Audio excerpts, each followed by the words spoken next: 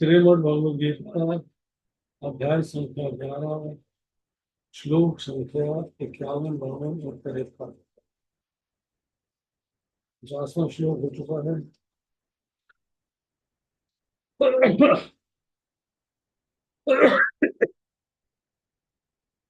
और तबीयत ठीक नहीं है।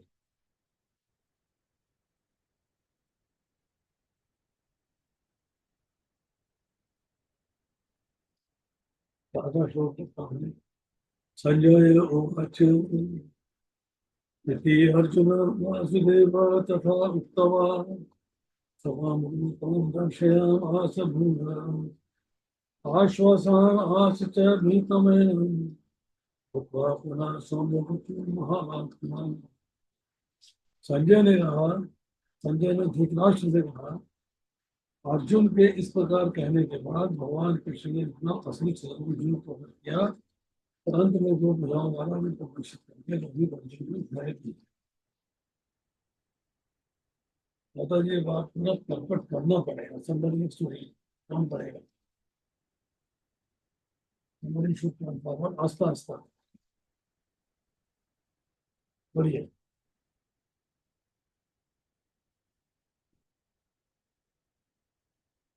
बड़ी बात नहीं बढ़िया।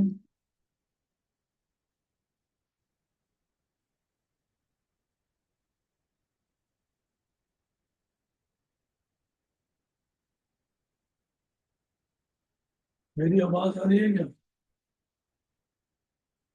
आप लोग सॉरी।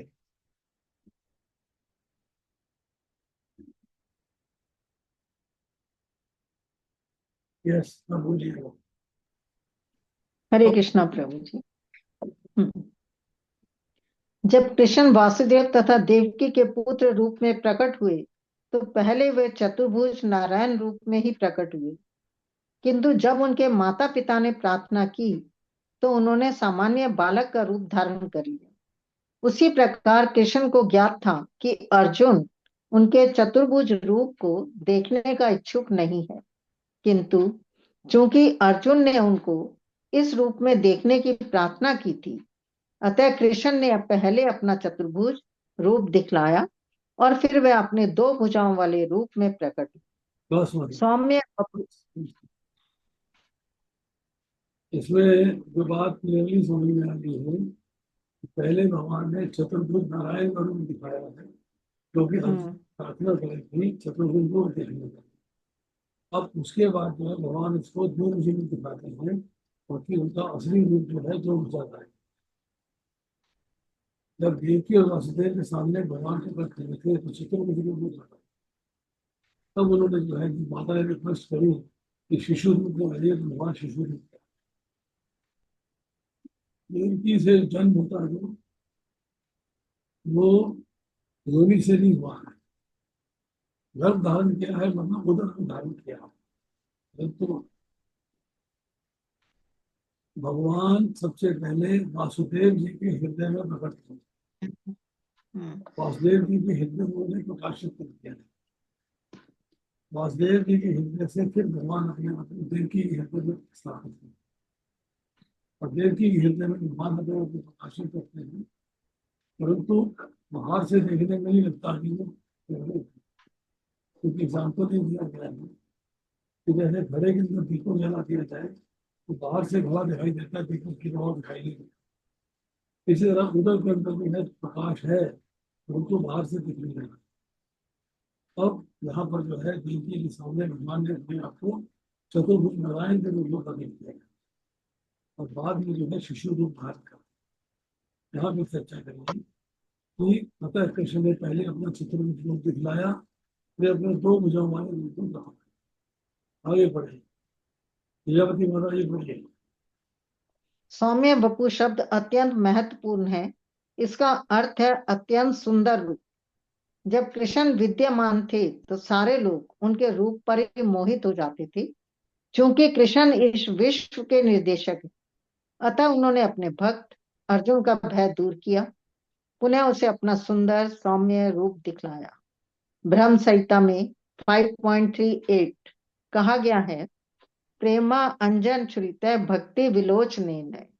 जिस व्यक्ति की आंखों में प्रेम रूपी अंजन लगा है वही कृष्ण के सौम्य रूप का दर्शन कर सकता है। हरे कृष्णा। ब्रह्म संहिता को प्रूव किया गया है कि कौन देखने के योग्य हो सकता है। देखने के योग्य वही है जिसका भगवान से प्रेम है, और भगवान भी उससे प्रेम करते हैं। तो भक्त की आंखों में प्रेम रूपी अंजन मतलब सोमा लग गए हैं, वही भगवान के सौम्य रूप को दर्शन कर सकता है। अब देखिए अर्जुन जो है रिक्वेस्ट कर रहा है भगवान से कि मुझे अपना जो है आप इसमें स्वयं दे।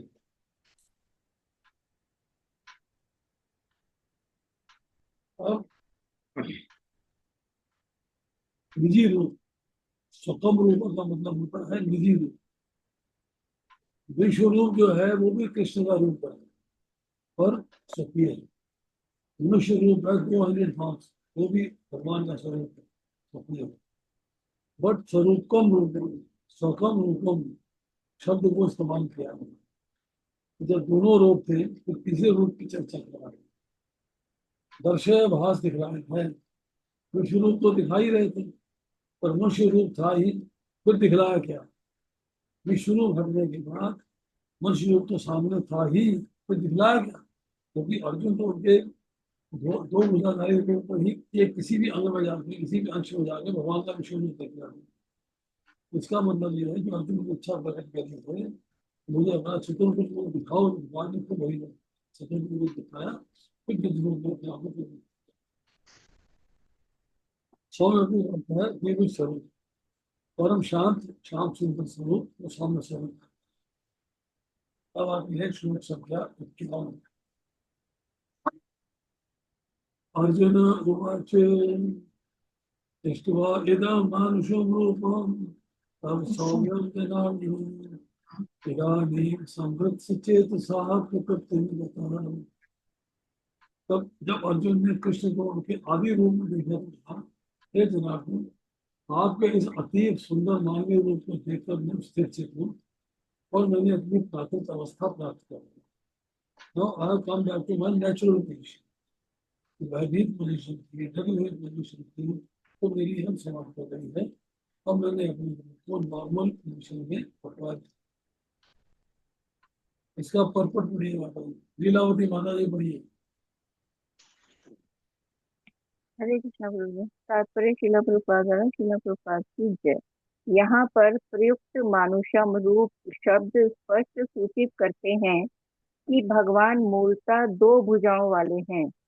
जो लोग कृष्ण को सामान्य व्यक्ति मानकर उनका उपहास करते हैं उनको यहाँ पर भगवान की दिव्य प्रकृति से अनभिज्ञ बताया गया है। यदि कृष्ण सामान्य मनुष्य होते तो उनके लिए पहले विश्व रूप और फिर चतुर्भुज नारायण रूप दिखा पाना कैसे संभव हो पाता।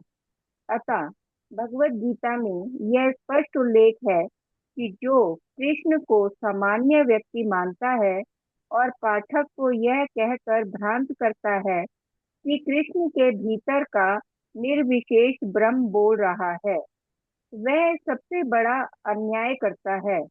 कृष्ण ने सचमुच अपने विश्व रूप को तथा चतुर्भुज विश्व रूप को प्रदर्शित किया, तो फिर वे किस तरह सामान्य पुरुष हो सकते हैं। शुद्ध भक्त कभी भी ऐसी गुमराह करने वाली टीकाओं से विचलित नहीं होता, क्योंकि वह वास्तविकता से अवगत रहता है। भगवद गीता के मूल श्लोक सूर्य की भांति स्पष्ट है। मूर्ख टीकाकारों को उन पर प्रकाश डालने की कोई आवश्यकता नहीं है। हरे कृष्ण गुरु। यस माता जी, पर्पट बड़ा सिंपल है, बड़ा क्लियर। इसमें इम्पोर्टेंट पॉइंट ये है कि भगवान निराकार रूप में आए हैं। वो तो भौतिक दृष्टि के बने बनी है, उनका वो शरीर है वो दिव्य है, वो दिव्य शरीर है। दूसरी बात कि जिस जिस जब भगवान ने अपना विश्व रूप प्रदर्शित कर दिया तो वो सामान्य व्यक्ति की तरह नहीं हो सकती, समथिंग स्पेशल। और इसमें जो है पूर्णिमा लिखते हैं कि जो सामान्य व्यक्ति मानकर उनका उपहास करते हैं उन्हें यहाँ पर भगवान की दिव्य गति से अनुभव मिलता है। उनको भगवान के बारे में नहीं मालूम, दिव्य प्रकृति के बारे में नहीं मालूम, वो उनको जो है साधारण व्यक्ति की तरह सोचते हैं।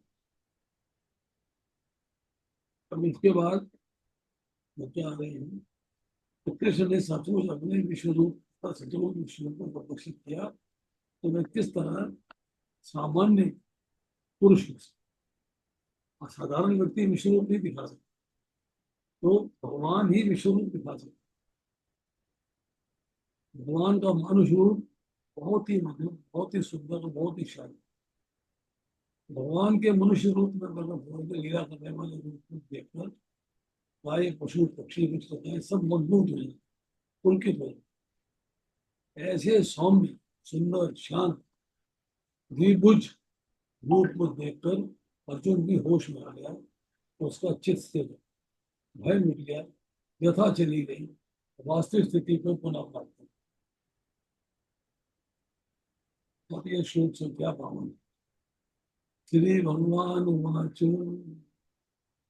सुदर्शन सुदर्शनम विनम्रोऽहं दृष्टवान् असि यत्मनि देवा अपि अस्य रूपस्य नित्यं दर्शिकाङ्क्षणम्। श्री भगवान ने कहा, अर्जुन तुम मेरे जिस रूप को इस समय देख रहे हो उसे देख पाना अत्यंत मुश्किल है। यहाँ तक कि देवता भी इस अत्यंत रूप को देखने की यहाँ जो है भगवान ने स्पष्ट कर दिया है, सुदर्शन देख पाने में अत्यंत। ये जो दो श्लोक है भगवान और कृष्ण के अर्जुन की रिक्वेस्ट करने की भगवान ने श्लोकों में वर्णन किया है। रिक्वेस्ट आई है चतुर्भुज रूप को देखने। इन दो श्लोकों में चतुर्भुज रूप को दिखाया है और उसकी महिमा बताई। चतुर्भुज रूप या सहस्त्र सिर वाले रूप को देख पाना कठिन है, फिर तो द्विभुज रूप और भी कठिन है। इट्स नॉट इजी टू सी। तब भगवान ने अहम सर्वस्व साथ में जाएगा कुछ श्लोक कि I am not visible to me. Padma Purana से रेफरेंस मैंने बताया, बोलने की शिव जी को फालतू को कथा सुना रहे हैं। तो भगवान कहते हैं कि मैं जिस रूप को तुम देखना चाहते थे, जो रूप को तुम देखना चाहते थे, उस रूप में मैं तुम्हारे सामने उपस्थित हूँ। परिपूर्ण पुरुषोत्तम निर्मल प्रेम का पुंज, मैं दो भुजाधारी खूब बालक के रूप में तुम्हारे सामने उपस्थित। सुदर्शन तथा चतुर्भुज रूप की दिव्य पूर्णता और महत्ता दिखा रही। विराट रूप की देवता कल्पना क्यों करने लगे। मनुष्य मानुष रूप जब मनुष्यों को उन्नत नहीं देवताओं को आंसर चतुर्भुज रूप देख सकते हैं। देव रूपम स्वकम रूपम आगे की 50वें में, 11वीं की 45वें इसकी चर्चा है कि भगवान ने अपना चतुर्भुज रूप दिखाया।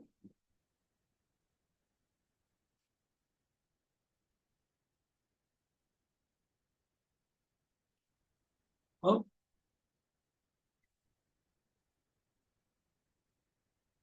भगवान ने कहा है कि मेरा जो चतुर्भुज रूप है उसके दर्शन बड़े ही दुर्लभ है।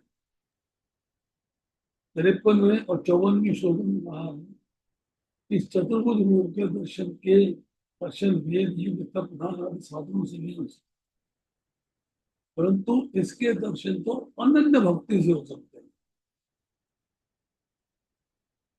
अब सवाल यह है कि जब देवता इस रूप के दर्शन करना चाहते हैं, लालसा रखते हैं, तो उन्हें दर्शन क्यों नहीं होता। जबकि भगवान के दर्शन की नित्य लालसा रहना अनन्य भक्ति। अनन्य भक्ति मतलब आपके सिवाय मुझे किसी की भक्ति करनी ही नहीं, तो मेरे को आपका वो स्वरूप देखने की लालसा है। और देवताओं की नित्य भक्ति जो है नित्य लालसा पर डिपेंड करती है, अनन्य भक्ति नहीं। नित्य लालसा देखने का अर्थ क्या है कि आपका ध्यान, आपका मन, आपका चिंतन केवल परमात्मा की करता है, दूसरी कोई लालसा नहीं। जब ये सिचुएशन आ जाएगी तो दुराचारी से दुराचारी व्यक्ति भी होगा तो वो भगवान का भक्त है। अब देवताओं को ऐसी लालसा नहीं होती, कारण कि देवता तो भोग बनने के लिए बने, भोग भोगने का उद्देश्य जब होता है तो फिर लालसा कैसे है? भोग भोग रहे हैं, भोग मिल रहे हैं, भोग एंजॉय कर रहे हो, तो भगवान के दर्शन की लालसा कैसे है? ये लालसा जो है, भगवान के दर्शन की इच्छा जो है, वो आस्तिक सतोगुणी मनुष्यों की उनकी इच्छा रहती है कि भगवान के दर्शन हो जाए तो हमारा कल्याण।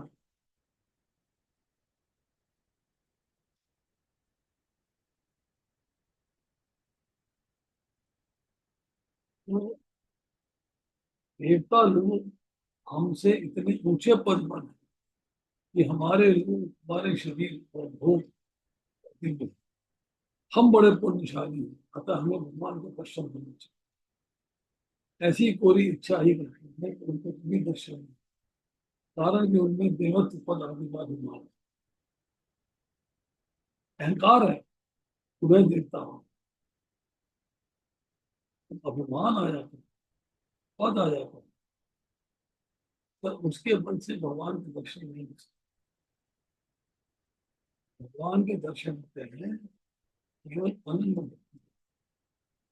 अगर आप अनन्य भक्ति में हैं तो आपको भगवान के दर्शन हो जाएंगे। अगर आप अनन्य भक्ति में नहीं है, आपको भगवान के दर्शन नहीं।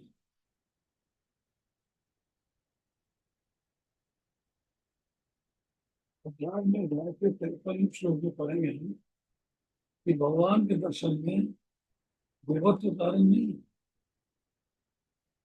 देवत्व की शक्ति से भगवान को नहीं देखा जा सकता, भगवान केवल अनन्य भक्ति से देखा जा सकता।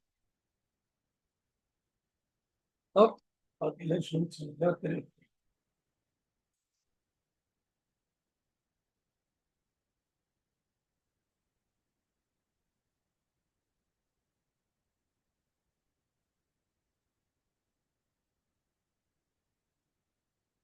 श्री भगवान वाचे सूर्यदर्शन निगम रूपम दृष्टवान सीता तथा नमो देवा अपि अस्य रूपस्य नित्यं निष्कांक्षणं। श्री भगवान ने कहा है अर्जुन, तो मेरे जिस रूप को इस समय देखो उसे देख पाना अत्यंत मुश्किल है। यहाँ तक कि देवता भी इस की ताकत, लंबा तात्पर्य है, 4-5 बार पढ़ेंगे, पहले कौन पढ़ेगा? बाकी मेरा मतलब ये हो क्या जी प्रभु जी। बोले।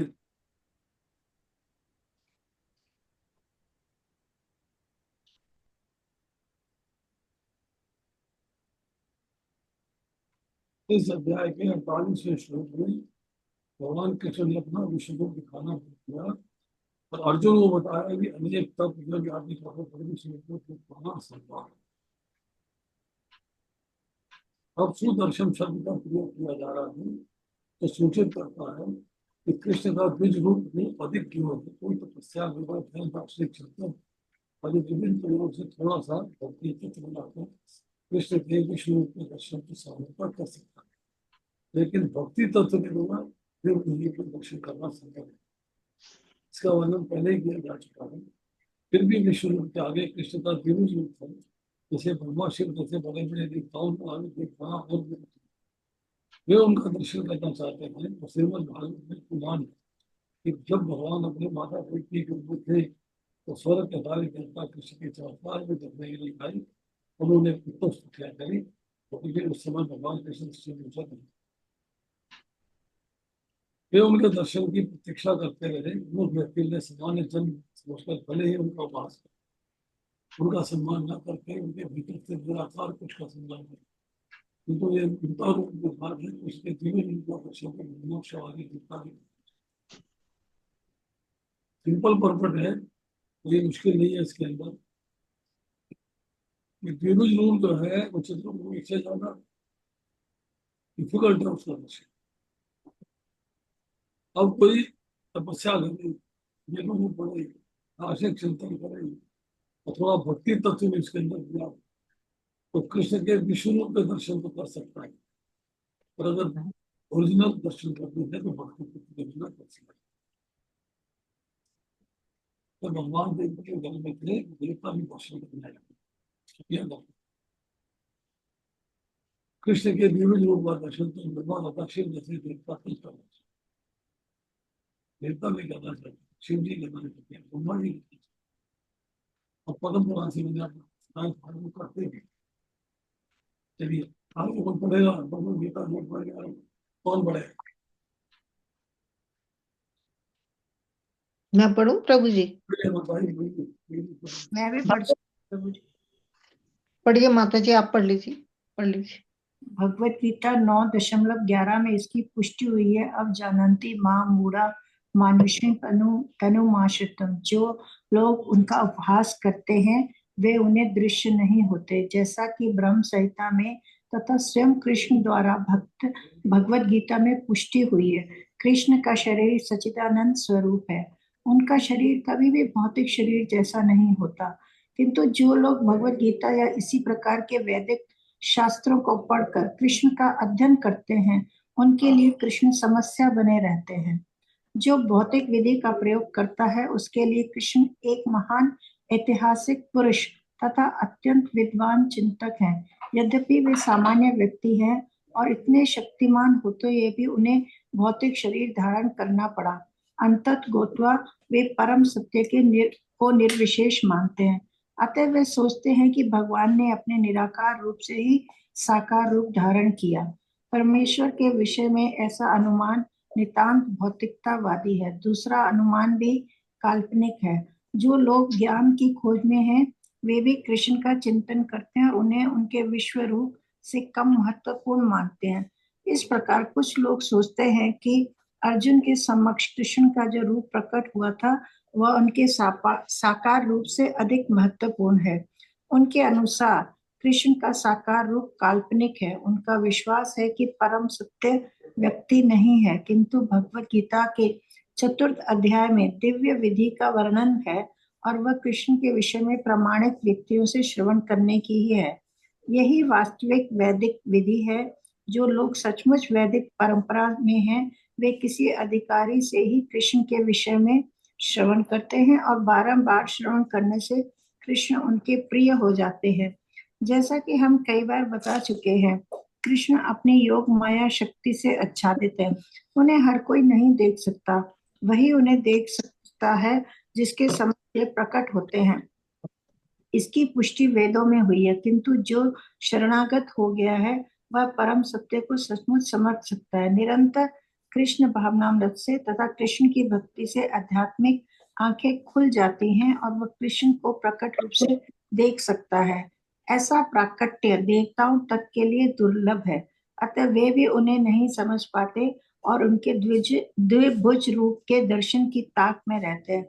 निष्कर्ष यह निकला कि यद्यपि कृष्ण के विश्व रूप का दर्शन कर पाना अत्यंत दुर्लभ है और हर कोई ऐसा नहीं कर सकता, किंतु उनके श्याम सुंदर रूप को समझ पाना तो और भी अधिक कठिन है। हरे कृष्णा प्रभु जी। बताइए, आपने भी ब्रेक भी लगाया,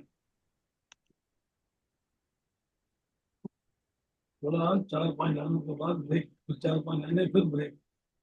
लंबा पत्र हो तो 3-4 बार में पढ़ना चाहिए। चलिए, इम्पोर्टेंट पॉइंट बताइए, क्या समझना चाहते हैं? आपने पढ़ा है तो बताइए, इम्पोर्टेंट पॉइंट कोई है हरे कृष्णा प्रभु जी, दंडवत प्रणाम। वो भी प्रभु जी इसमें लिखा है, प्रभुपाद जी ने परपट में लिखा है कि भगवान का जो चतुर्भुज है उससे भी ज्यादा मुश्किल है भगवान के श्याम सुंदर रूप को समझ पाना। ऐसे क्यों कहा है प्रभु जी?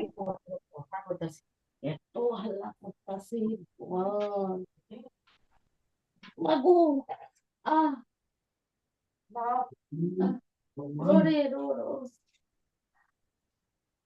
भगवान परम पुराण में कहते हैं कि मैं वृंदावन छोड़कर कहीं नहीं जाता। तो भगवान का दिव्य रूप जो है ना, तो वृंदावन के पीछे बाकी जगह कार्य भगवान के विस्तार करते हैं। तो चतुर्भुज रूप जो है बाकी जगह पे कार्यों में व्यस्त है, कर रहा है। तो दिव्य रूप जो है केवल गोलोक वृंदावन, और गोलोक वृंदावन में जाके भगवान के रूप का दर्शन करना बना। हालांकि अर्जुन को भी भूमि में अवेलेबल था। प्लीज बाकी डिवोटीज अपने आप को म्यूट कर लीजिए प्लीज। मतलब ये किसका ऑडियो ऑन?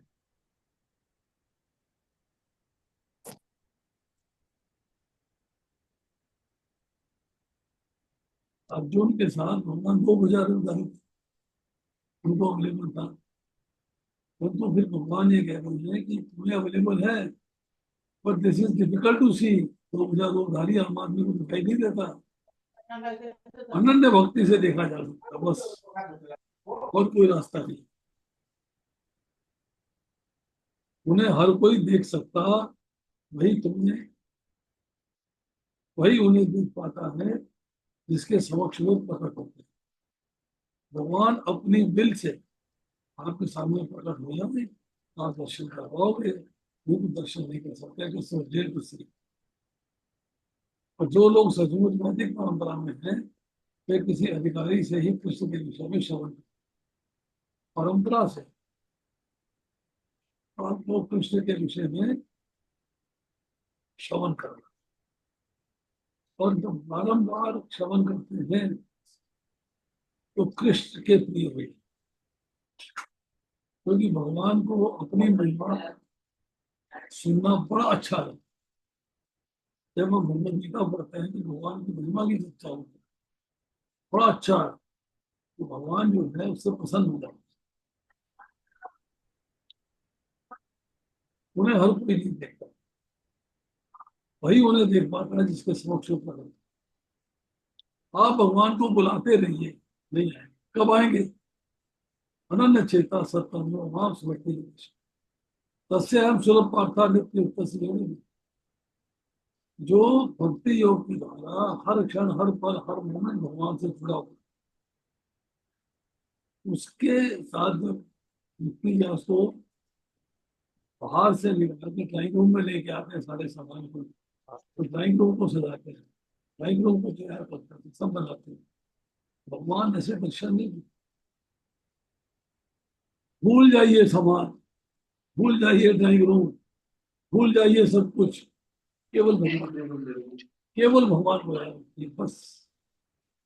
जब केवल भगवान याद रहेंगे, फिर भगवान उत्कृष्टा है, अनुमंता है, साक्षी है, वो देख रहे हैं। बाकी से सब कुछ भुला दिया, केवल मुझे ही स्मरण करना है। तब भगवान कहते हैं तब मैं प्रकट हूँ, तब मैं उसके सामने प्रकट। तो कृष्ण के विराट रूप को दर्शन कर पाना इतनी दुर्लभ है, हर कोई ऐसा नहीं कर सकता। परंतु उसके श्याम सुंदर स्वरूप को समझ पाना और भी कठिन, इट इज मोर डिफिकल्ट। आप नहीं देख सकते, नहीं पा सकते। उसके लिए भगवत कृपा आप पे होनी चाहिए।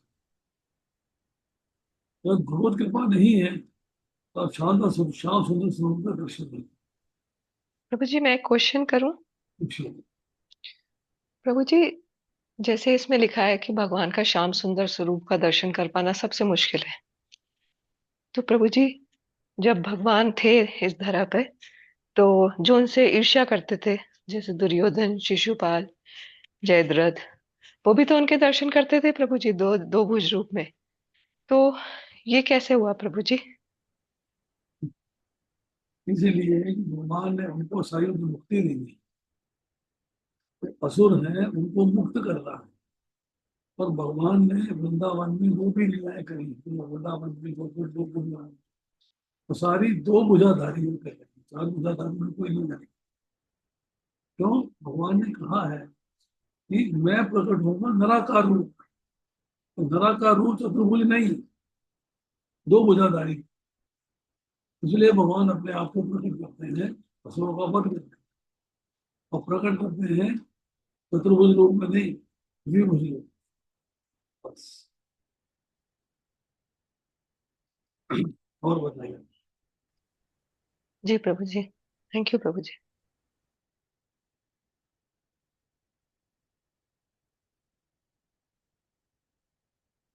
देखिए,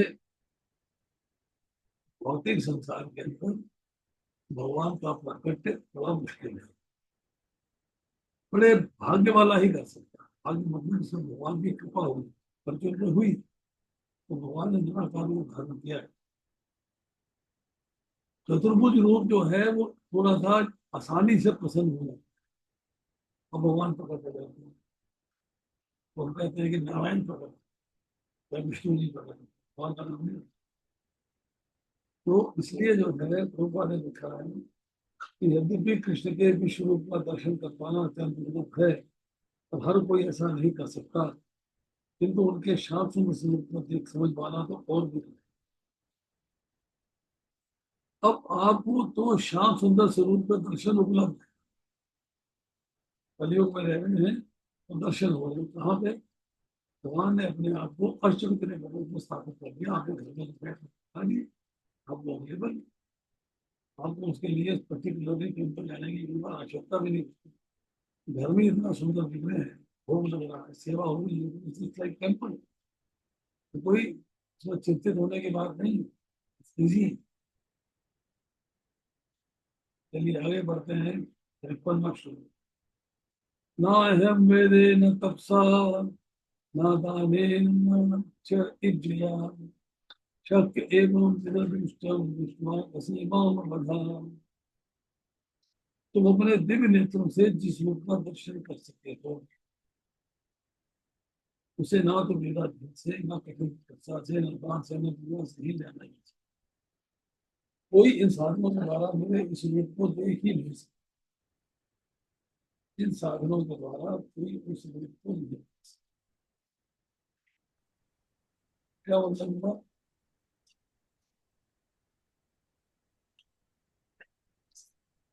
गुरुदेव विद्याभूषण लिखते हैं कि इस फॉर्म को देखना बड़ा कठिन है, रेयर है। भगवान कहते हैं कि मैं तुम्हारा मित्र हूँ, और चार भुजाधारी जब प्रकट हुआ था देव की के पास। तो जिस व्यक्ति में भक्ति नहीं है, वो बाएं दाएं मैसेज लगाता रहता है भगवान के दर्शन के, वेद पढ़ लेता है, न्याय कर लेता है, तपस्या कर लेता है, चैरिटीज कर लेता है, वर्शिप कर लेता है, कभी दर्शन नहीं कर सकता। दर्शन हो सकते हैं भगवान की अन्य भक्ति के। अब भगवान ने यही बात दुर्गा अर्जुन से कही है कि तुम मेरे चतुर्भुज रूप के दर्शन कर रहे हो, किससे?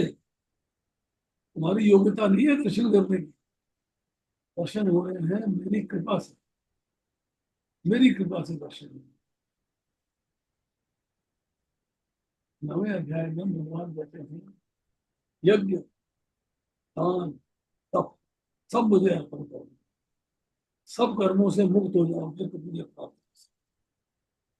17वें अध्याय के 25वें श्लोक में कहा गया योगी जन ब्रह्म की प्राप्ति के लिए शास्त्र विधि से यज्ञ दान तप की समस्त क्रियाओं का शुभारंभ सदैव ओम से करते हैं। शायद यज्ञ से, दान से, तपस्या से हमें भगवान को दर्शन है।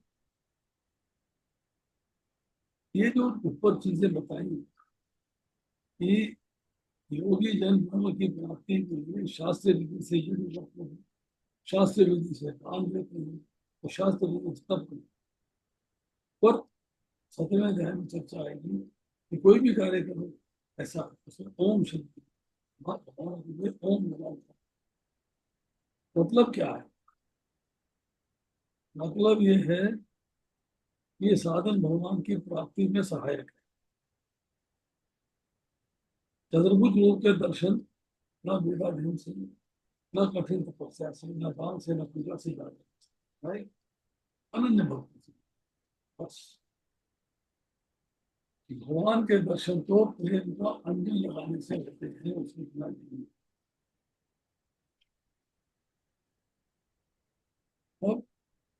चर्चा है।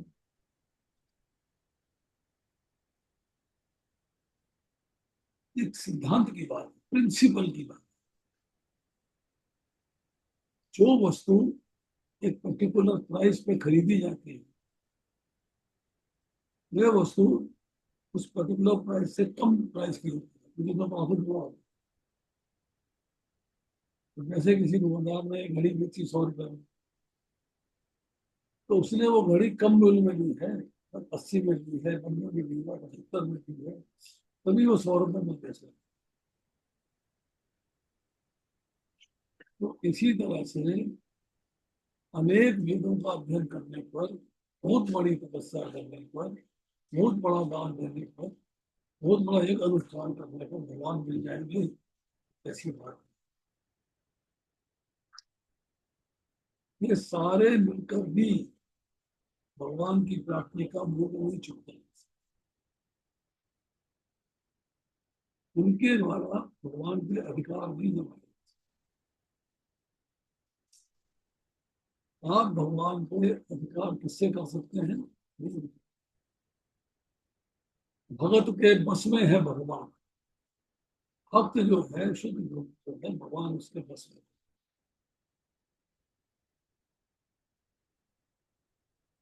भौतिक संसार की बात, एक इंटेलिजेंट पर्सन है, वो रॉन्ग मार सकता है, अधिकार जमा सकता है, कम नहीं करेगा। कोई बुद्धिमान है, वो अधिकार जमा सकता है कम बुद्धि वाले लोग। कोई अधिक धनवान है, तो निर्धन पर अपनी अधिकता प्रकट कर सकता है, किंतु भगवान बल से नहीं, बुद्धि से, योग्यता से नहीं, व्यक्ति से नहीं, वस्तु से नहीं करते। कारण इस संकल्प मात्र से तत्काल अनंत ब्रह्मांडों की रचना हो जाती है। अभी सर्व होना है, सृष्टि की रचना फिर से हुई है, प्रलय हो चुका है, तब सृष्टि दोबारा बन गई। यह कहते हैं कि भगवान के एक संकल्प मात्र से असंख्य ब्रह्मांड रच दिए जाते हैं, और उनमें से एक ब्रह्मांड के किसी एक अंश में जो व्यक्ति दिखाई दे रहा है, वो ब्रह्मांड को कैसे खरीद सकते? कि भगवान की प्राप्ति केवल भगवत कृपा से होती है। कृपा कब प्राप्त होती है? या मनुष्य तन, मन और शरीर कर्म के द्वारा भगवान के प्रति समर्पित हो, समर्पित हो जाए।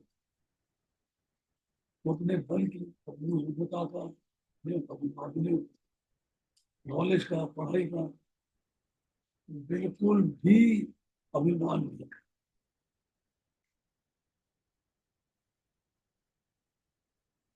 विश्व रूप में अनन्य भक्ति हो ही नहीं सकती, क्योंकि अर्जुन जैसे शूर भगवान से किम दृष्टि प्राप्त करके भी विश्व रूप को देख के भयभीत हो गए।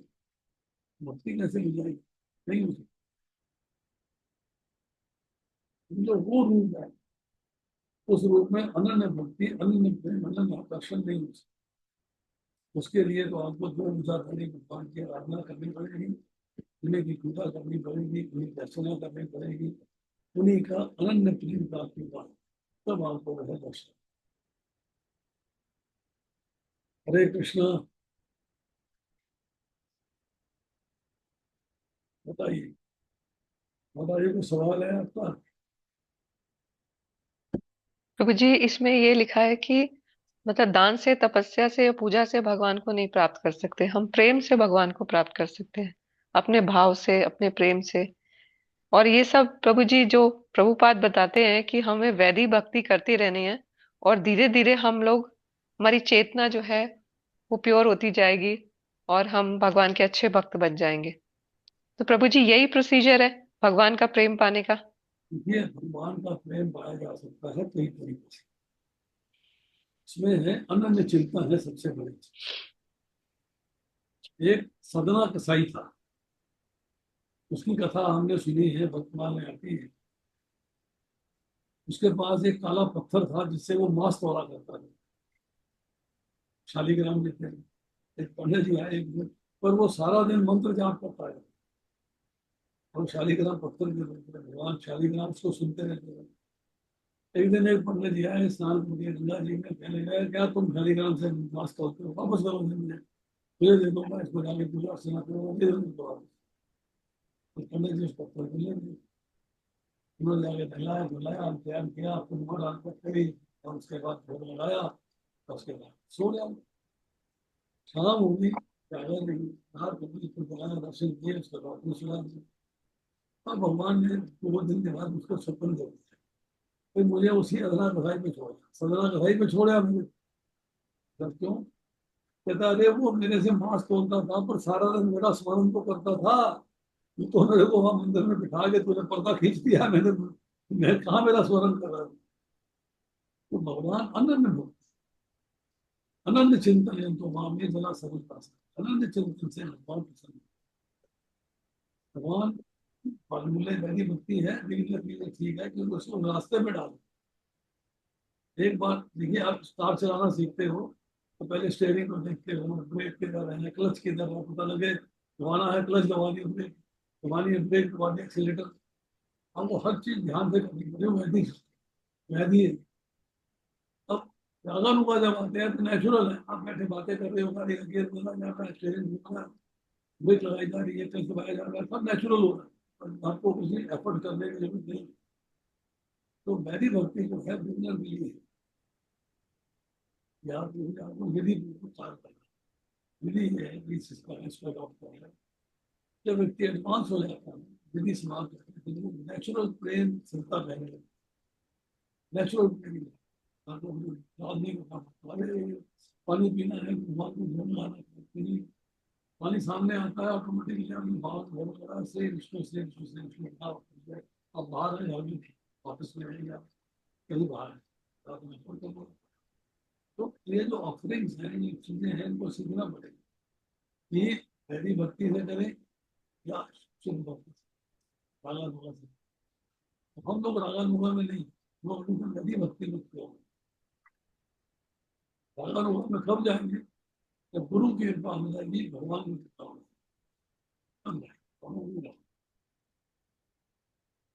चलिए और कुछ। Thank you Prabhu ji.